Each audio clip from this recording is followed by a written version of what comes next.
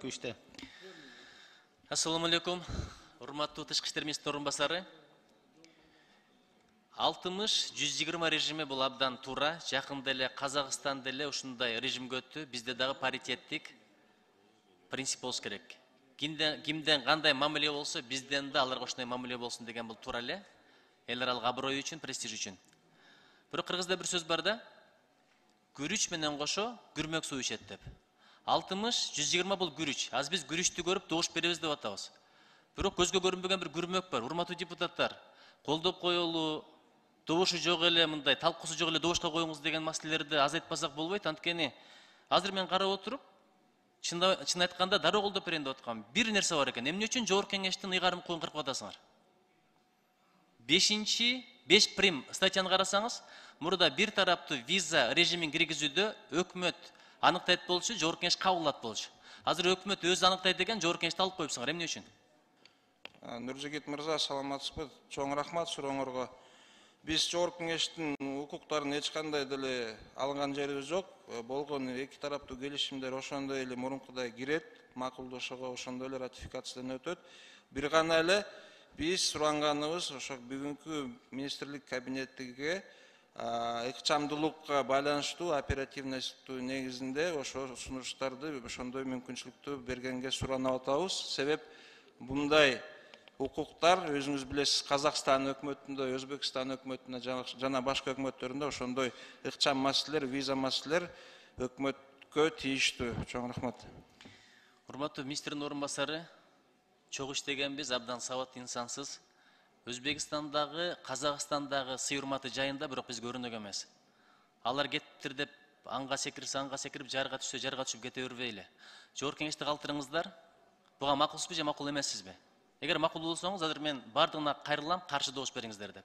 Эгер макул болсоңуздар, мен ушуну экинчи окууда мурдагы тышкы иштер министри менен да сүйлөштүм. Чыңгыз Айдарбеков экөөбүз жөнөтөбүз. Ушуну калтырыңыздар. Анткени бир баш жакшы, эки баш андан да жакшы. Мына кече келдиңиздер, кыйнадыкпы, жөл өткөзүп бербедикпи? Оперативдүү өткөзүп беребиз, бирок анча-мынча силер көрбөгөн маселелерди көргөнгө 90 көз жакшыраак болот. Арасында кызык окуган бир 5-6 көз болсо дагы. Нуржигит мырза, мен сизге бир эки мисалы келтирип берейин. Биринчиден өзүңүз көрдүңүз, могу акыркы ковид пандемияда өкмөт жана Жогорку Кеңеш эч кандай мындай укуктук инструменттерди колдоно албай калдык. Жанагы виза токтотуу режимдерди кирүү, чыгуу боюнча ошол бул биринчи маселе. Экинчи, сиз айтып атпайсызбы, биз Өзбекстан, Казакстанга теңелбегиле депчи? Алардын практикасы дүйнөлүк практикага деле окшош. Карасаңыз, мына Кыргыз Республикасы тарабынан бир тараптуу тартипте киргизилген визасыз режим Кыргыз Республикасы министрлер кабинети тарабынан коюлган жана Кыргыз Республикасы Жогорку Кеңеш тарабынан кабыл алынган Кыргыз Республикасынын тийишүү мыйзамынын негизинде ишке ашырылат. Азыр ушу Кыргыз Республикасы Жогорку Кеңеш тарабынан кабыл алынган дегенди алып атасыздар да. Алар эми дүйнөлүк практика, бизге деле дүйнөнүн практиканын бир бөлүгү. Дүйнө деген эмне? Бир уникалдуу, унитардуу нерсе эмес да. Бөлөк-бөлөк. Биздин тажрыйба бөлөк болсун, ошон үчүн Жогорку Кеңештин ролун калтырыңыздар. Буякта президенттин өкүлү, урматтуу президенттин өкүлү Алмаз Акунжанович, сиздин пикириңиз, Жогорку Кеңештин ыйгарым укугун алып атыпсыздар бул жерде. Бир тараптуу виза режимин киргизүүдө мурда Жогорку Кеңеш карайт болчу, бекитип берет болчу.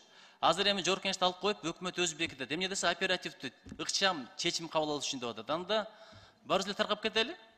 Ыкчам чечим кабыл алып иштей бериш керек бир эле бийликтин бутагы. Урматтуу депутаттар, сиздер да пикириңиздерди айтсаңыздар, бул 5 прим. Эгерде ушуну калтыра турган болсоңуздар, биз колдоп беребиз. Болбосо мен азыр баарын чакырам, четке кагалы деп. Рахмат. Нуржигит мырза, мен сиз менен абдан дагы бир жолу өз пикиримди айтып кеткенге мүмкүнчүлүк бериңиз. Бул виза Жогорку Кеңештин эч кандай укугуңарды биз азайткан жерибиз жок.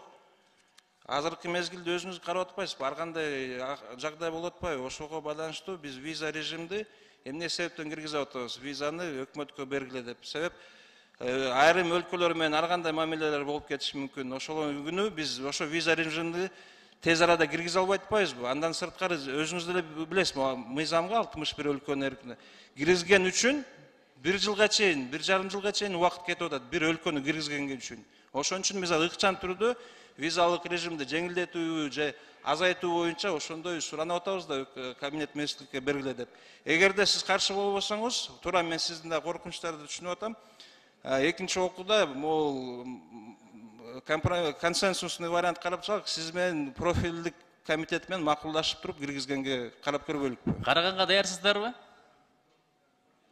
Талкуулаганга.